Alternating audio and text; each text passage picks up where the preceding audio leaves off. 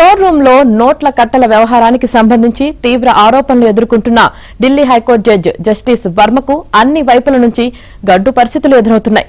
ఆయన్ను అలహాబాద్ హైకోర్టుకు బదిలీ చేయాలని సుప్రీంకోర్టు కొలీజియం కేంద్రానికి అధికారికంగా సిఫార్సు చేయగా ఢిల్లీ హైకోర్టు ఆయనకు కేటాయించిన న్యాయపరమైన విధులన్నింటినీ ఉపసంహరిస్తూ ఉత్తర్వులు జారీ చేసింది.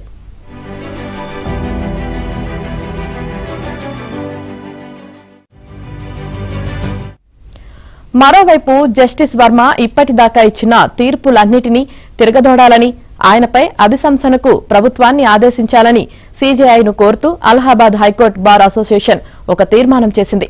ఆయనపై ఎన్ఫోర్స్మెంట్ డైరెక్టరేట్ సీబీఐతో దర్యాప్తు జరిపించాలని, ఎఫ్ఐఆర్ నమోదుకు వెంటనే అనుమతించాలని, అవసరమైతే ఆయన్ను కస్టడీలోకి తీసుకుని ప్రశ్నించడానికి కూడా అనుమతించాలని అందులో కోరింది.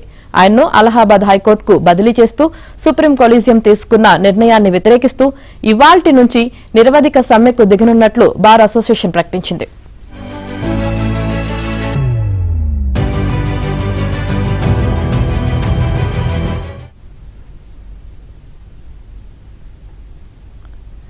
జస్టిస్ వర్మ బదిలీ విషయంలో సుప్రీంకోర్టు తన నిర్ణయాన్ని ఉపసంహరించుకున్నాకే తాము విధుల్లోకి దిగుతామని ఆయన స్పష్టం చేశారు. న్యాయ వ్యవస్థ సంరక్షణకు తమ ప్రాణాలు త్యాగం చేయడానికైనా సిద్దంగా ఉన్నామని తేల్చి చెప్పారు. జస్టిస్ వర్మపై ఎఫ్ఐఆర్ దాఖలు చేయాలంటూ సర్వోన్నత న్యాయస్థానంలో సీనియర్ న్యాయవాది మాథ్యూస్ ఒక ప్రజాహిత వ్యాజ్యాన్ని దాఖలు చేశారు.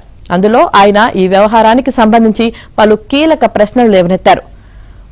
నోట్ల కట్టల వీడియో, ఫోటోలతో సహా 25 పేజీల డాక్యుమెంట్స్ ను సుప్రీంకోర్టు వెబ్సైట్లో అప్లోడ్ చేయడం న్యాయ వ్యవస్థపై ప్రజల నమ్మకాన్ని పునరుద్దరించడానికి కొంతమేరకు తోడ్పడినప్పటికీ జస్టిస్ వర్మపై ఇప్పటికీ ఎఫ్ఐఆర్ ఎందుకు దాఖలు చేయలేదని సామాన్య ప్రజలు, మీడియా ప్రశ్నిస్తున్నట్లు ఆయన తన పిటిషన్లో పేర్కొన్నారు.